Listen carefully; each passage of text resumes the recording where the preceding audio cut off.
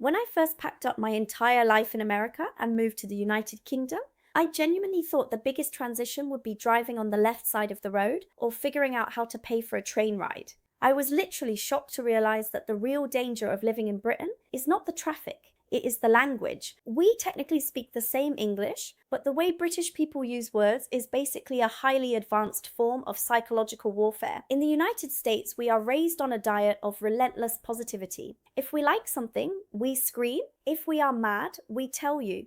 If we want to hang out, we make a plan. But over here, British one-liners are designed to keep you permanently off balance, questioning your sanity and wondering if you have just been insulted or complimented. You quickly realize that British people do not use words to express their feelings. They use words to hide them. Today we need to talk about this because I am breaking down the absolute best British one-liners that Americans would never survive, starting with the polite conversational traps and ending with the verbal eviction notices. Let us start with one that nearly ruined my social life during my first month in London. Number 10 is the legendary phrase, "We must do lunch sometime." I had just moved to Hackney and I met this lovely woman at a local weekly farmers market. We had this amazing high energy conversation about dogs and sourdough bread. As we were parting ways, she smiled warmly and said, "We must do lunch sometime." In the United States, if someone says that, it is an invitation. We would never say it unless we wanted to follow through. So my American brain kicked into overdrive. I pulled out my phone, unlocked my calendar, and enthusiastically said, "Oh my gosh, yes, I am free next Tuesday at noon. Or maybe Thursday works better for you." The absolute panic that washed over this poor woman's face was unforgettable. Her eyes darted around the market as if she were looking for an escape route, and she mumbled something about checking her diary before quickly walking away. It took me months to realize that in the United Kingdom, "we must do lunch sometime" actually translates to, "I have enjoyed this brief interaction, but I have absolutely no intention of ever seeing you again." It is a polite social boundary designed to wrap up a conversation without the awkwardness of a hard goodbye. If you actually try to schedule the lunch, you have broken the invisible social contract. Moving right along, let us talk about the British art of extreme understatement. Number 9 is, "I was a bit disappointed." To understand this phrase, you have to understand how Americans deal with bad service versus how British people deal with it. In America, if we go to a restaurant and the waiter completely forgets our food for 2 hours, spills red wine on our white shirts, and then serves us cold chicken, we are going to be calling the manager. We are going to leave a 1-star review and demand a full refund because we believe in our consumer rights. But in the United Kingdom, the cultural approach is completely different. I went out to a local bistro with my British friend Harry, and we experienced that exact nightmare scenario. The service was a total disaster, the food was practically inedible, and the staff seemed actively annoyed that we were even there. I was sitting there preparing my speech for the manager, but Harry just sat there quietly, drinking his lukewarm water. At the end of the night, as we walked out, I asked him what he thought of the place. He gently adjusted his coat, sighed, and said, "Well, I was a bit disappointed, to be honest." I was literally shocked. A bit disappointed? That was a catastrophic failure of human civilization. But in British culture, a bit disappointed is the verbal equivalent of a nuclear explosion. When a British person says they are a bit disappointed, it means they are currently plotting a silent, polite rebellion and will spend the next 3 years telling everyone they know to avoid that restaurant at all costs. Next up is a phrase that is actually more of a physical performance than a simple collection of words. Number 8 is simply right. In America, the word right is just a way of agreeing with someone. But in the United Kingdom, when this word is paired with a specific physical action, it becomes the ultimate ironclad eviction notice. Picture this. You are sitting in a British person's living room after a lovely Sunday roast. It is getting late, maybe around 9 o'clock in the evening. You are happily chatting away, feeling cozy, thinking you are having a wonderful bonding moment. Suddenly, without warning, the host slaps both of their hands onto their thighs, stands up with a deep exhale, and says, "Right." The first time this happened to me, I sat there waiting for the rest of the sentence. Right. What? Are we going to play a game? Are we having dessert? No. That was the entire monologue. In British culture, the thigh slap and the word right means you have overstayed your welcome. Please exit my home immediately because I want to put on my pajamas and watch television in silence. In the United States, we are so terrified of hurting people's feelings that we construct these elaborate, ridiculous lies just to leave a social gathering. We will say things like, "Oh, my neighbor's cousin's cat has a dental appointment tomorrow morning at 5. so I should probably run. But the British do not waste energy on lies. They use a single word and a physical gesture to politely kick you out of their house, and everyone in the room instantly understands the assignment. It is beautiful, but the first time it happens to you as an American, it feels like a cold slap to the face. Also, this is exactly the kind of thing I go much deeper on with the people who support this channel directly. So if you are sitting there thinking, okay, Olivia, I need the fuller version of these expat survival stories, join the membership below. That is where I share the deeper thoughts, the more personal side of all this, and the extra bits I cannot always fit into the main videos. Our next one-liner is another classic example of polite avoidance. Number 7 is I might do. This is a phrase that sounds incredibly positive to an American ear, but it is actually a verbal trap. Last year, I was organizing a small housewarming gathering at my flat, and I was going around the office asking my British colleagues if they were planning to come. I asked one of my co-worker, and he smiled warmly, nodded, and said, "Oh yes, I might do." In America, if you ask someone if they are coming to your party, and they say, "I might," you assume they are genuinely trying to clear their schedule. You think, great, let me buy extra snacks and wine. So I bought extra food, made sure there was enough punch, and waited. He never showed up. He did not even text to say he could not make it. And the next day at the office, he acted completely normal, as if the conversation had never happened. I was so confused, but then my British flatmate explained the secret code to me. In the United Kingdom, I might do is British code for there is a 0% chance I am attending your event, but I am too polite to say no to your face. In the United States, we are used to high energy declines like, "Oh, I would love to, but I have this other thing." But the British use I might do as a gentle escape hatch. The grammar of it sounds so active because of the word do, which makes Americans think it is a promise. But it is actually just a polite cushion for a direct rejection. If you are enjoying these realizations and want to support an American who is barely surviving the British winter, please hype up this video by leaving a comment, smashing that like button, and sharing it with your friends. Your support and love are literally what keeps this channel going,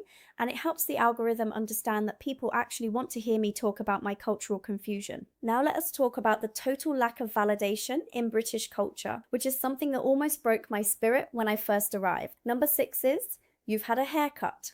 In the United States, getting a new haircut is a major social event. If you cut your hair short, you walk into your office and your colleagues will literally scream. They will touch your hair, ask you 20 questions about your stylist, and tell you that you look like a Hollywood superstar. We thrive on that positivity. So after living in London for 6 months, I decided to get a pretty dramatic haircut. I chopped off about 6 inches of my hair into a very sleek bob. I walked into the office the next morning, feeling like $1 million, waiting for the compliments to wash over me. My colleague Dave walked past my desk, stopped, stared at me for 3 seconds, and said, "Oh, you've had a haircut." And then he just turned around and walked back to his desk to continue working on his spreadsheet. I was standing there frozen, waiting for the rest of the sentence. I thought, does it look bad? Is he trying to tell me it is ugly? Did the stylist ruin my life? But when I asked another colleague about it, she laughed and said, "No, Olivia, that is just how we are." In British culture, they do not do the dramatic, high-energy American flattery. Stating a physical fact is their version of acknowledging you.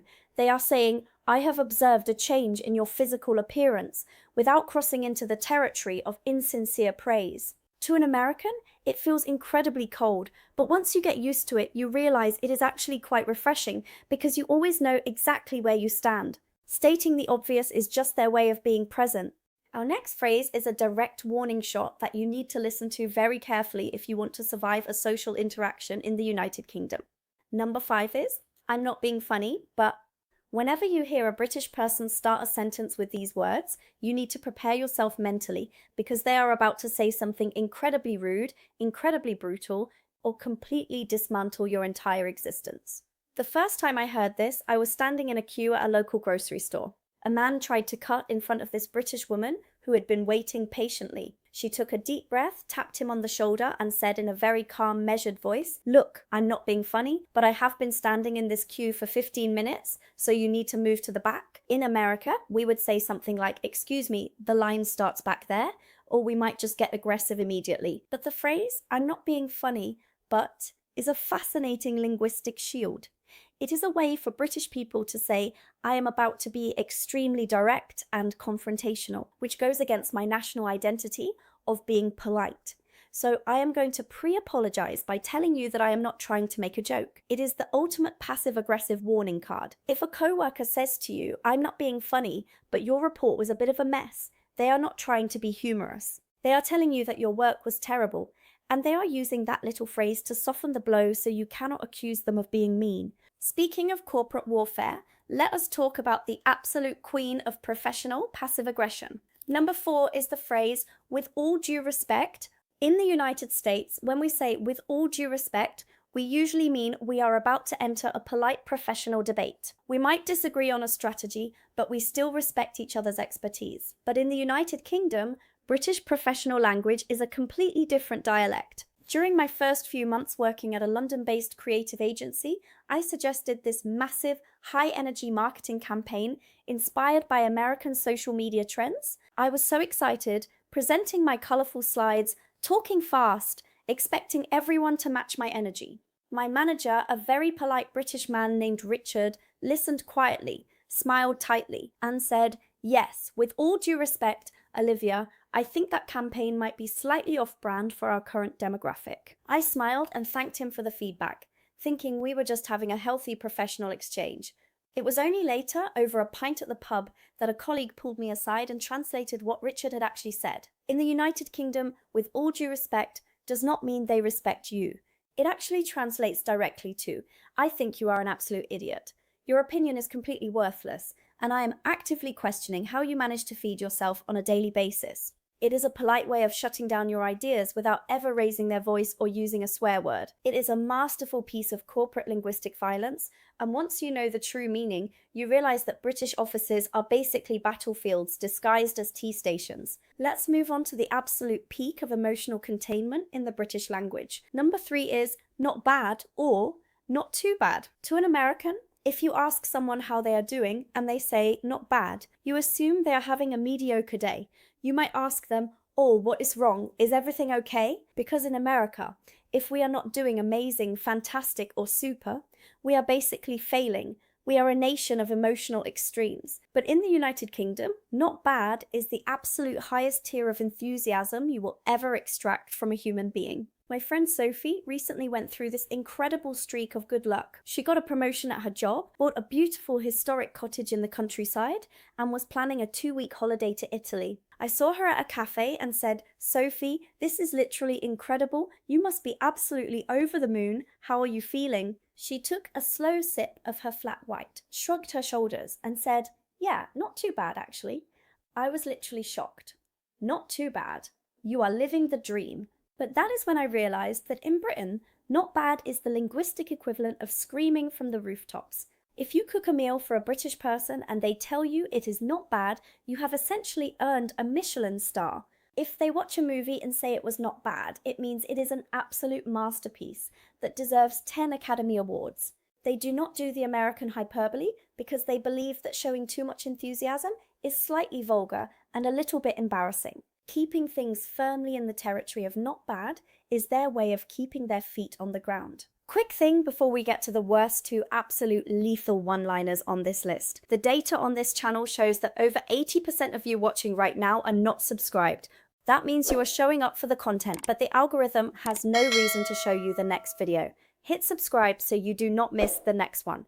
Now we need to talk about the weather, because as you probably know, the weather is the national obsession of the United Kingdom. Number 2 on our list is "it's a bit damp out." To understand this, you have to understand that the British weather is basically a constant rotation of grey, greyer, and slightly wet. But occasionally, the UK gets hit by these massive dramatic storms with torrential rain, howling winds, and localized flooding. Last winter, we had this intense storm where the rain was falling completely sideways. The streets were literally flooded with water up to people's shins, and the plastic wheelie bins were flying down the road like urban tumbleweeds. I was huddled inside my flat, terrified that the roof was going to blow off, watching the chaos through my window. I saw my elderly neighbor Arthur walking his golden retriever. His umbrella had been completely blown inside out, his raincoat was soaked through to his skin, and the wind was literally pushing him backward as he tried to walk. He saw me looking out the window, waved politely, and as I opened the door to check on him, he smiled and said, "A bit damp out today, isn't it?" I just stood there, completely speechless. A bit damp. There are cars floating down the high street, Arthur, but this is the genius of the British stiff upper lip. Understating the weather is their way of conquering it. If they allowed themselves to acknowledge how miserable the weather actually was, they would probably never leave their houses.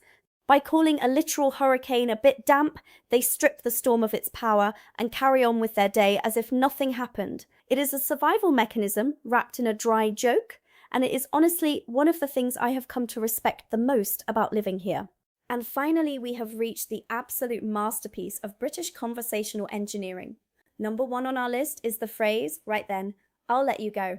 This is a phrase that every single American living in the United Kingdom has struggled with at some point, and it is a work of pure genius. During my first few months in London, I called a British friend to catch up on our weekend plans. I was in the middle of a very long, high-energy story about this vintage market I had visited in Shoreditch. I was talking fast, sharing all the details, feeling like we were having this incredibly deep, connected conversation. Suddenly, right in the middle of my sentence, my friend cleared his throat and said in a very polite voice, "Right then, Olivia, I'll let you go." I was so confused. I stood there staring at my phone, thinking, wait, you will let me go? But I did not want to go. I was the one telling the story. I was not asking to leave. It took me a long time to realize that in the United Kingdom, I'll let you go does not mean they are doing you a favor by freeing up your busy schedule. It is a polite, passive-aggressive way of saying, I am completely finished with this phone call, my social battery is entirely empty, and I want to hang up immediately. What makes it so brilliant is that they frame their desire to escape the conversation as a benevolent act of mercy toward you. They are pretending that they are releasing you from the burden of talking to them. It is a masterful piece of social engineering because you cannot argue with it. How can you possibly say, no, do not let me go, keep me hostage on this phone call for another 30 minutes? You are forced to agree to your own dismissal, thank them for their kindness, and hang up.